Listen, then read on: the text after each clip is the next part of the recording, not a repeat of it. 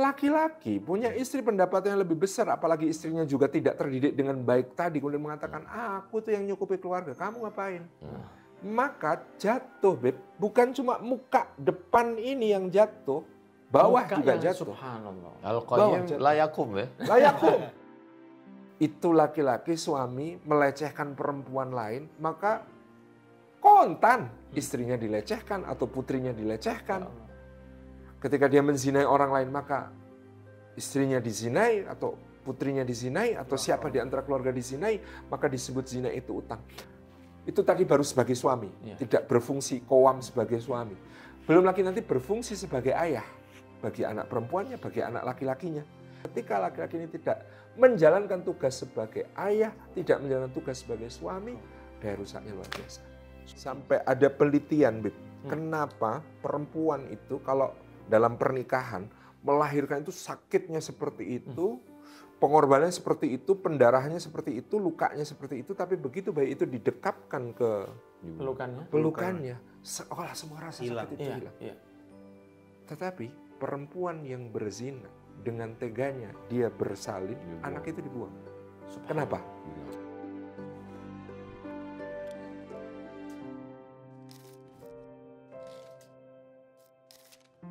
Ustaz Salim, kalau boleh. Nggak boleh, Beb. Ustaz Lukman. Nggak boleh. Ustaz Salim, boleh. Boleh. Karena beliau ini kan sering kita tahu mengadakan seminar-seminar pernikahan, pranikah dengan orang-orang yang luar biasa. Dan kita tahu dalam pernikahan itu sendiri laki-laki itu harus yang qawwam, yang strong ya. Kemudian sekarang ini banyak Ustaz yang akhirnya karena beberapa hal Ustaz ya, kita lihat dalam rumah tangga itu karena bermasalah. Jadi yang dominan itu malah perempuannya. Antum apa yang membuat antum risau atau apa yang penilaian antum tentang hal-hal yang semakin banyak sekarang dan dibuat bercanda Ustaz, seperti takut sama istri itu sekarang dibuat seperti jadi konten aja. Yes. Memang memprihatinkan ya, ketika kemudian masing-masing dari laki-laki maupun perempuan, satu, mereka tidak memahami peran, tugas, fungsinya di dalam kehidupan. Bagaimana menjadi laki-laki yang qawwam, yang qayyim, kata hadis kan. Jadi kalau di hadis tentang di menjelang kiamat hanya 50 perempuan itu akan hanya ada satu laki-laki. Tapi laki-lakinya pakai kata rojul di hadis itu, pakai kata qayyim. Jadi mungkin secara jumlah statistik kuantitas mungkin tetap setara atau bahkan malah kadang ada data lebih banyak laki-laki. Tapi laki-laki yang qayyim itu 1 banding 50 perempuan. Jadi semakin sedikit laki-laki yang bisa menjalankan tugasnya, perannya, fungsinya di dalam kehidupan. Dan ini memang menurut saya titik mulainya di sini, persoalan-persoalan itu. Ketika laki-lakinya tidak qayyim, dia tidak bertanggung jawab. Kemarin saya bahas podcast dengan Dr. Richard, saya bilang laki-lakinya mau kondo, gitu kan? Ya. Ini jadi masalah awal. Dia dengan istrinya tidak bisa untuk kemudian menegakkan nilai-nilai di dalam keluarga. Nggak bisa mengayomi, melindungi, nggak bisa mencukupi, melimpahi, nggak bisa menyayangi, membimbing, mendidik. Maka kemudian lihat, istrinya dididik oleh TikTok. Dengan segala standar-standarnya, dengan segala ukuran-ukurannya. Kemudian sang suami tidak bisa berbuat apa-apa. Lalu kemudian terjadi, ya, begitu laki-laki ini tidak punya qayyim kepada perempuan, persoalan, satu, laki-laki yang tidak qawwam di rumah, itu ada pada satu titik, lama-kelamaan akan ditumpulkan na'udzubillah oleh setan, syahwatnya kepada istrinya sendiri, tapi dikobarkan oleh setan kepada yang bukan istri. Menyala ya? Menyala abangku ya. Ustaz, jadi memang, mohon maaf Ustaz, jadi antum tadi kalau boleh saya runtut Ustaz ya, sebelum kita lanjut ya. Jadi dari masalah kurang nggak ada yang qayyim, laki-lakinya qawwamnya semakin sedikit. Di rumah dia tidak menjadi seorang contoh dia yang baik. Contoh, dia tidak bisa menafkahi, dia tidak bekerja dengan kompeten. Maka istrinya kemudian bekerja, berkarir, dibiarkan untuk menjadi wanita karir, cemerlang, canggih, pendapatan istrinya jauh lebih besar. Laki-laki punya istri pendapatan yang lebih besar, apalagi istrinya juga tidak terdidik dengan baik tadi, kemudian mengatakan, aku tuh yang nyukupi keluarga, kamu ngapain? Maka jatuh, Beb. Bukan cuma muka depan ini yang jatuh, bawah muka juga jatuh. Subhanallah. Al-Qayyim layakum ya? Layakum. Yang itu bahasa Arab dong. Yang kemarin bahasa Jawa. Iya, Masya Allah. Itu terjadi, dan sudah banyak konsultasi semacam itu. Ketika suami usahanya bangkrut, jatuh, istrinya karena lebih cemerlang, maka suami ini disfungsi, nggak bisa menjalankan tugas kepada istrinya. Apalagi istrinya ngomong begitu. Apa sih Mas? Nggak jelas. Nah, sekali live TikTok 25 juta, suaminya sebulan 2,5 juta. Allah Rabbi. Seperti itu, Beb. Dan istrinya tidak menempatkan diri karena tidak terdidik tadi dengan satu posisi, Mas, izin Mas karena namanya usaha ya Mas ya, ada naik, ada turun. Insya Allah saya percaya, yakin Mas bisa bangkit lagi. Cuman mohon izin ya Mas, ini selama Mas masih berjuang berusaha dan saya akan selalu support. Izin saya ada pendapatan, boleh dipakai untuk keluarga kita dulu Mas. Kalau seperti itu suaminya, Masya Allah, jadi Insya Allah akan tetap semangat dan tidak disfungsi. Cuman karena sama-sama error tadi, bermula dari suami yang tidak qawwam, rusak. Maka kita dengar ada cerita suami selingkuh dengan pembantu. Muka pembantu ini kalau dijejerkan sama bukan menghina perempuan, cuma ini cuma jujur aja. Ya, saya cuma mau mengatakan bahwa kadang-kadang nggak logisnya. Wah, istrinya jauh lebih cantik, pembantunya jelek, itu kok mau? Karena di situ laki-laki ini menemukan dominasi. Kepada istrinya dia tidak punya. Laki-laki nalurinya dominasi. Dia dapatnya di pembantu. Terjadi. Nah, bermula dari situ. Perselingkuhan, perzinaan. Kemana-mana. Dan subhanallah ketika Imam Asy-Syafi'i mengatakan zina itu utang, yang kita khawatirkan, kan banyak kisah ya di kitab-kitab para salaf itu. Itu laki-laki suami melecehkan perempuan lain, maka kontan istrinya dilecehkan atau putrinya dilecehkan.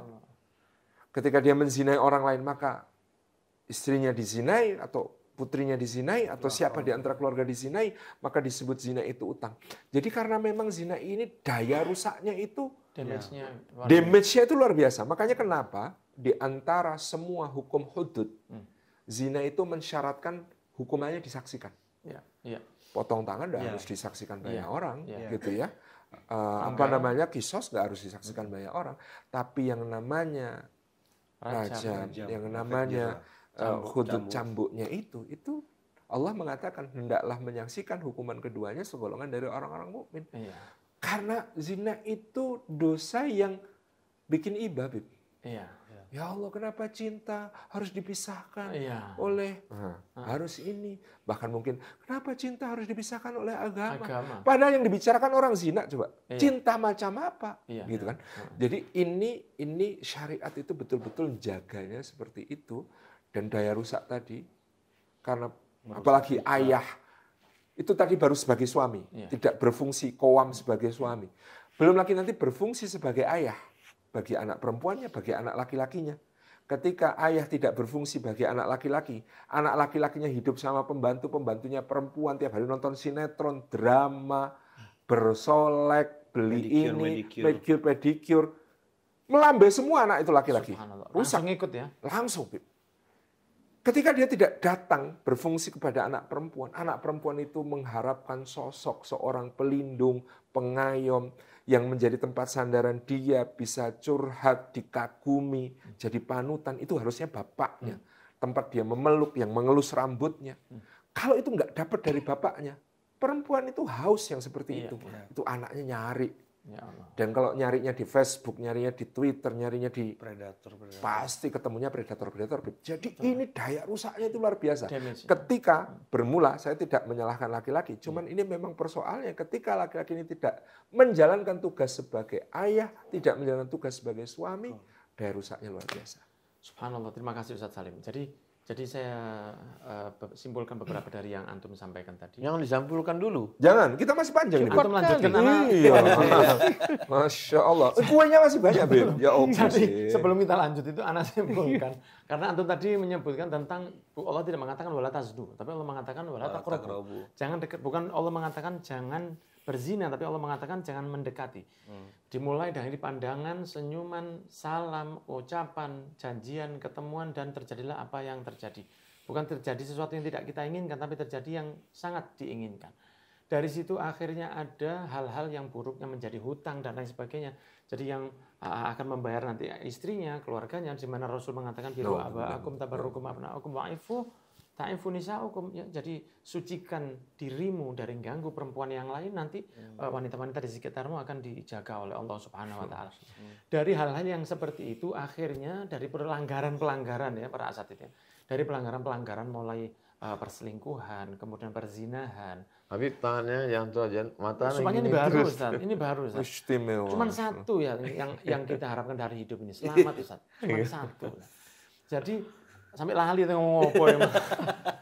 Cuman karena pelanggaran-pelanggaran Ustaz. Jadi mulai pacaran, perzinahan, perselingkuhan, akhirnya ngefeknya itu yang tadi Ustaz Lukman mengatakan nikah padahal bukan bapaknya. Mau ngaku kalau ini bukan anak saya, gak enak diomongi. Padahal mestinya dia lapor saja cukup ke KUA. Biar KUA jadi wali hakim. Iya, ini bukan anak saya.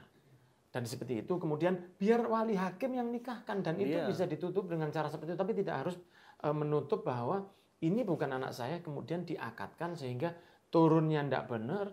Kemudian anak-anaknya bisa tidak baik dan bisa menghasilkan, melahirkan anak-anak yang tidak takut kepada Allah, dan akhirnya kita kembali lagi kepada aborsi tadi yang juga membunuh ribuan bahkan jutaan manusia, dan itu dianggap sepele padahal itu adalah satu karunia dari Allah di mana bisa hasil anak itu kan murni rezeki dari Allah Ustaz, ya. Karena kadang-kadang ada yang sudah menikah bertahun-tahun dengan usahanya belum diberi padahal halal.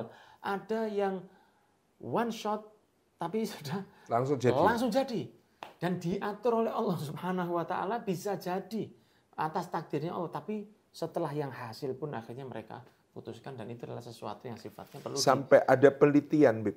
Kenapa perempuan itu kalau dalam pernikahan melahirkan itu sakitnya seperti itu, pengorbanannya seperti itu, pendarahannya seperti itu, lukanya seperti itu, tapi begitu bayi itu didekapkan ke pelukannya, seolah semua rasa sakit itu hilang. Tetapi perempuan yang berzina dengan teganya dia bersalin, anak itu dibuang. Kenapa? Ternyata dalam kasus orang yang berzina kemudian hamil, kemudian dia melahirkan anak itu dikatakan bahwa dalam penelitian psikologi, karena tidak ada engagement antara ibu dengan bayi ini, maka rasa sakit itu bahkan terasa tidak ada dan tidak ada ikatan. Dan ketika ada rasa sakit, yang ada pada si ibu adalah dendam kepada si anak. Dia menyakitiku. Jadi sehingga kenapa dia kok bisa ada ibu tega masukin anaknya ke karung, dibuang di ini, di dalam kasus perzinahan yang tadi jadi aborsi tadi, itu karena tidak ada engagement. Ya Allah, antara ibu dengan anaknya. Subhanallah. Akhirnya dibuang di sampah dan lain sebagainya. Ada yang sampai dibuang terus ditemukan oleh seseorang yang kirim ojol, ternyata naudzubillah hubungan saudara kakak adik di sebuah kota besar di Pulau Es gitu. Iya, ada orangnya soalnya. Nggak enak gitu kan. Jadi kadang-kadang kan ada dibuang ke sampah, diterima oleh orang yang kaya, dibesarkan, akhirnya dia menjadi orang yang sukses. Itu adalah salah satu kisah di telenovela.